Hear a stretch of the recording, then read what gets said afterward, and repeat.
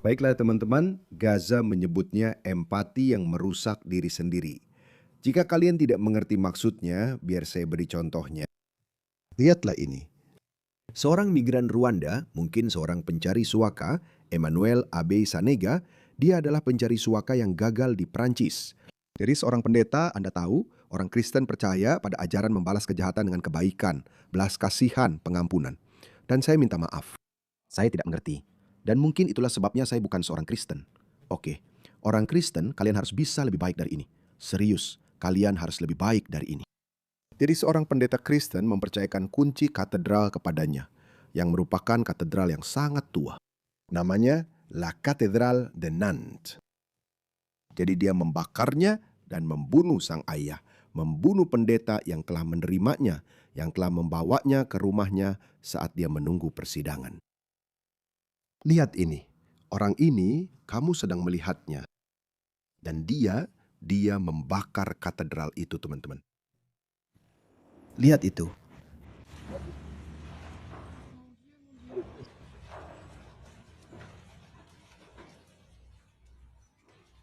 Ini sebenarnya mengingatkanku pada kisah Wayne Broadhurst.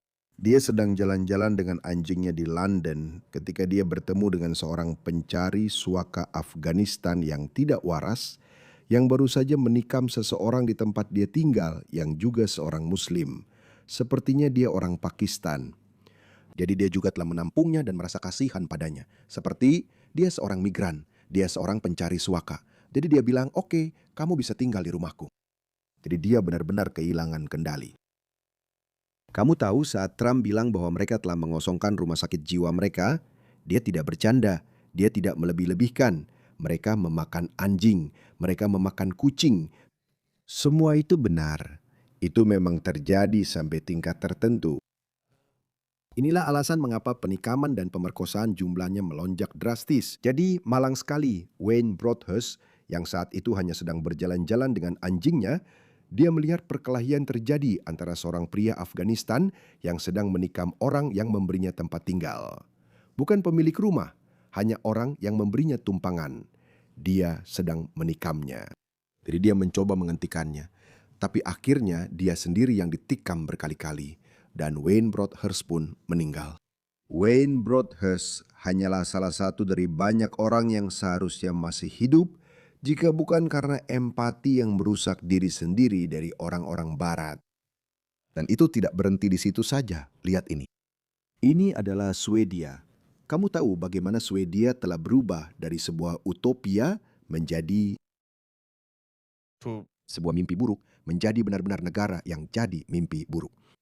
Tahun lalu, pada 2025, terjadi lebih banyak ledakan bom di Swedia dibandingkan di Afghanistan. Swedia, dan mereka bukan orang Swedia biasa.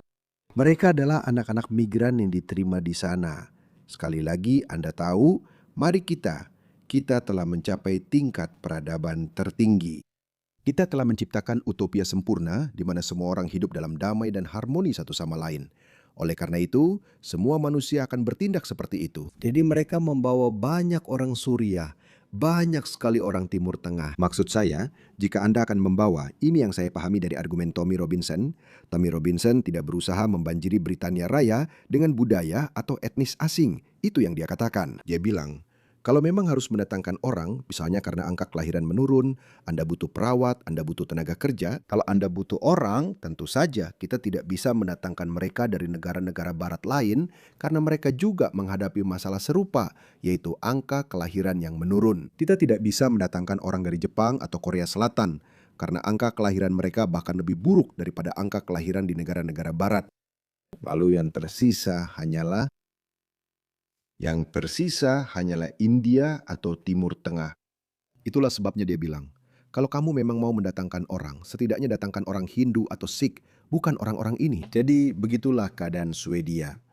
Sebenarnya aku bahkan belum menjelaskannya padamu, biar orang ini yang menjelaskannya padamu. Aku tidak tahu kenapa mereka masih mencoba menyelesaikannya. Dan mereka melihatnya sebagai masalah sosial. Kamu tidak butuh lebih banyak penjara. Kamu butuh deportasi massal. Mereka sudah membuktikan bahwa mereka tidak cocok untuk masyarakatmu. Deportasikan mereka semua. seperti keluarga pembunuh Henry Nowak itu. Seluruh keluarganya mencoba menutupi kejahatan itu. Seluruh keluarga. Bahkan nenek dari pembunuh itu sudah muncul dan dia berkata, "Iya, ibunya yang menyembunyikan senjata pembunuhan, dia melakukan apa yang akan dilakukan orang tua manapun." Jadi itulah sebabnya semakin banyak seruan. Ada seruan untuk mendeportasi seluruh keluarga itu. Ayahnya juga terlibat, dia mencoba menutupinya. Saudaranya juga terlibat, dia mencoba menutupinya. Ibunya bahkan sudah dinyatakan bersalah. Saya tidak tahu, mereka belum mengumumkan, mereka belum menjatuhkan hukuman padanya. Jadi seluruh keluarganya terlibat. Mereka semua hanya melindungi anak mereka sendiri. Tidak ada yang berkata, mungkin sebaiknya kita lakukan hal yang benar. Mungkin kita dorong anak kita untuk, kamu tahu maksud saya? Kamu sudah membuat kesalahan besar. Kami akan mendukungmu dalam segala hal, tapi kamu harus menyerahkan diri. Itulah yang kebanyakan orang di barat lakukan. Kebanyakan orang di barat akan melakukan itu. Tapi bagaimanapun juga, coba lihat ini. Apakah anak-anak muda ini membutuhkan mainan lembut atau tidak? Itu salah satu pertanyaan yang dihadapi oleh Kepala Penjara Rosensburg, Gabriel Westman, saat Swedia bersiap untuk memenjarakan beberapa pelaku yang usianya baru 13 tahun. Mereka adalah orang-orang yang telah melakukan kejahatan serius, tetapi tetap saja mereka masih remaja. Dan bahkan pada titik itu, beberapa dari mereka mungkin belum mencapai masa pubertas. Terletak di utara Stockholm, penjara ini adalah salah satu dari 3 penjara di negara tersebut yang sedang dibangun kembali untuk menampung remaja pelaku kekerasan. Mulai Juli, mereka yang dihukum karena kejahatan seperti penyerangan berat, pembunuhan, dan pemerkosaan bisa dikirim ke sini. Setiap kamar memiliki toilet sendiri. Pendekatan yang lebih keras dari Swedia ini mengikuti lonjakan penembakan dan pemboman terkait geng. Banyak di antaranya melibatkan anak di bawah umur selama dekade terakhir. Pemerintah mengatakan ketergantungan negara pada layanan sosial telah gagal dan mereka ingin menurunkan usia tanggung jawab pidana dari 15 menjadi 13 tahun. Parlemen akan melakukan pemungutan suara tentang hal ini. Apakah kamu mendengarnya? Mereka telah menurunkan usia tanggung jawab pidana dari 15 menjadi 13 tahun. Artinya, anak laki-laki berusia 13 tahun sekarang akan didakwa atas aktivitas kriminal mereka sebagai orang dewasa. Itu bukan terjadi karena orang Swedia asli. Bukan mereka yang melakukan ini. Ini orang Suriah, anak-anak para migran yang melakukan ini. Rancangan undang-undang yang diusulkan pada pertengahan Juni itu akan mengirim beberapa pelaku termuda dan paling serius ke penjara khusus, bukan ke fasilitas pembinaan remaja. Kamu tidak butuh itu. Saya ingat 15-20 tahun yang lalu menonton sebuah dokumenter di mana di Norwegia para pembunuh dibawa keluar. Jadi penjara di Norwegia benar-benar berbeda dengan penjara kita di Australia dan Amerika yang benar-benar seperti penjara. Dan memang seharusnya seperti itu. Tapi mereka mengambil pendekatan yang benar-benar berbeda. Mereka berpikir, oke, orang-orang ini perlu direhabilitasi. Dan kamu tahu, mereka membangun rumah-rumah ini, rumah yang bagus tapi jauh dari luar, di luar kota, di luar masyarakat. Jadi pada dasarnya mereka tidak hidup di tengah masyarakat, tapi mereka punya dapur di sana. Mereka punya, itu berhasil untuk mereka. Aku terkejut, aku berpikir, oke, itu berhasil untuk mereka. Kamu tahu kenapa itu berhasil? Karena itu adalah masyarakat yang homogen. Mereka memiliki nilai-nilai bersama, tradisi bersama, pemahaman tentang nilai-nilai sosial mereka. Tapi kemudian kamu membawa orang-orang dari Afrika Sub-Sahara atau Afrika Utara atau dari Asia Selatan atau dari manapun, dari budaya yang kurang berkembang. Mereka akan menyukainya. Mereka akan menyukainya. Semua migran yang tinggal di hotel migran di Inggris, mereka akan menyukainya. Jika menusuk seseorang atau membunuh seseorang, berarti masuk penjara Norwegia, penjara seperti yang saya maksud, mereka akan dengan senang hati membunuh orang demi itu. Budaya itu penting, teman-teman. Ini bukan rasisme, ini bukan intoleransi. Budaya itu penting. Menurut Menteri Kehakiman Gunnar Strömmer, lebih dari 50 anak di bawah usia 15 tahun terlibat dalam persidangan hukum tahun lalu atas dugaan atau percobaan pembunuhan. Secara keseluruhan, kami menilai bahwa kami memiliki situasi yang sangat akut dan sangat serius dengan kekerasan yang mengancam jiwa, yang juga membenarkan langkah-langkah yang luas cakupannya seperti ini. Namun para kritikus, termasuk penegak hukum dan otoritas penjara Swedia, telah menyuarakan kekhawatiran tentang memenjarakan anak-anak. Penjara bukanlah tempat untuk menempatkan anak berusia 13 tahun. Partai Kiri. Kamu benar-benar mendeportasi mereka bersama seluruh keluarga mereka. Kamu mendeportasi mereka semua. Kamu butuh solusi politik untuk ini, berpikir di luar kebiasaan. Kamu tidak sedang berurusan dengan orang Eropa. Kamu berurusan dengan orang-orang yang tidak hanya memiliki seperangkat nilai yang berbeda, yang mengarah pada gaya hidup kriminal yang berbeda, tetapi pada dasarnya mereka tetap membencimu. Pemimpin kelompok Samuel Gonzalez Westling mengatakan partainya sangat menentang kebijakan tersebut. Dia mengatakan ada lembaga lain untuk anak-anak ini yang benar-benar membutuhkan bantuan. Pemerintah sayap kanan yang menghadapi pemilu ketat pada bulan September di mana kejahatan menjadi isu utama mengatakan tindakan keras mereka telah membuahkan hasil. Mereka mengatakan jumlah kematian akibat penembakan telah menurun dan lebih banyak anggota geng yang berada di balik jeruji besi. Namun, menghentikan geng merekrut anak muda akan jauh lebih sulit. Polisi mengatakan jaringan kriminal menggunakan media sosial untuk menjangkau anak-anak, beberapa di antaranya bahkan berusia 11 tahun. Pemerintah mengatakan penjara akan memberi efek jera dan program rehabilitasi intensif akan mencegah pelaku mengulangi kejahatan. Itu terjadi meskipun negara tetangga, Denmark, menaikkan kembali usia pertanggungjawaban pidana menjadi 15 tahun setelah menurunkan usia menjadi 14 tahun, tidak memberikan efek pada tingkat kejahatan. Situasi di Swedia begitu buruk sehingga Denmark sekarang sedang mempertimbangkan untuk membatalkan perjalanan bebas visa dari Swedia ke Denmark.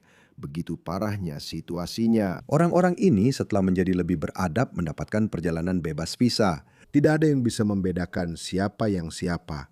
Karena mereka sangat selaras secara budaya, sehingga mereka benar-benar mencapai utopia sejauh yang bisa dicapai. Dan akhirnya sampai pada ini. Inilah Swedia. Anak laki-laki Cher. Ini Swedia, teman-teman. Dan semuanya Muslim. Mereka sedang memprotes acara pembakaran Al-Quran. Lihat itu. Apa yang sudah kamu capai? Apa yang sudah kamu dapatkan? Bagaimana itu beragam? Bagaimana itu memperkaya? Lihat itu Swedia, polisi tidak berdaya. Mereka dipukuli habis-habisan, tidak ada rasa hormat. Tidak ada rasa hormat, tidak ada rasa takut. Kenapa mereka harus takut padamu? Kami sebenarnya sudah menaklukkanmu.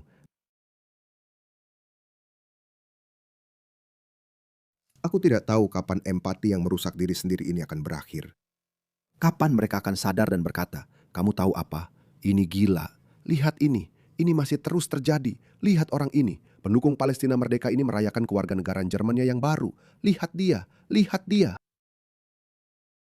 Lihat betapa bangganya orang Jerman baru ini. Bis tamam wieder Stadt Chemnitz, Freunde. Schon lange ich kannte nicht Videos machen, wegen ich habe euch meine deutsche Pass gebracht. Dia berhenti membuat video karena tidak ingin menunjukkan jati dirinya yang sebenarnya, karena dia ingin mendapatkan kewarganegaraan Jerman. Dan sekarang dia sudah mendapatkannya. Saya sudah memberikan paspor Jerman saya kepadamu. Itulah sebabnya saya sangat sibuk dan hari ini saya sedang mencari paspor.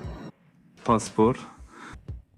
Ya teman-teman, saat ini saya sudah menjadi orang Jerman, tidak masalah. Ich habe deutsche Pass.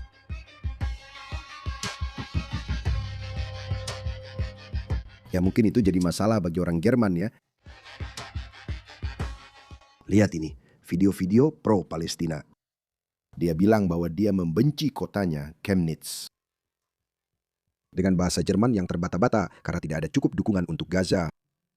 Orang-orang ini tidak sejalan secara budaya. Mereka memiliki nilai-nilai yang berbeda. Mereka memberitahumu, mereka berteriak dari atap-atap rumah. Dan empati bunuh diri dari Barat masih belum mau mendengarkan. Ini adalah pengkhianatan. Teman-teman, ketika saya, wann ich habe sowas gesehen. Sekarang dia tidak lagi membenci.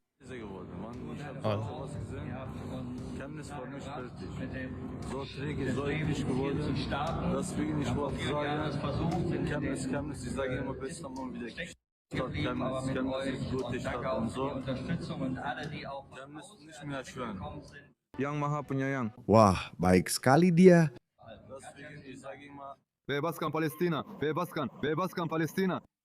Palestina akan selalu tetap satu. Dia seharusnya sudah dideportasi hanya karena itu. Karena, lihat ini. Kamu sedang menunjukkan kewarganegaraan Jerman. Wow, lihat para idiot woke ini. Idiot.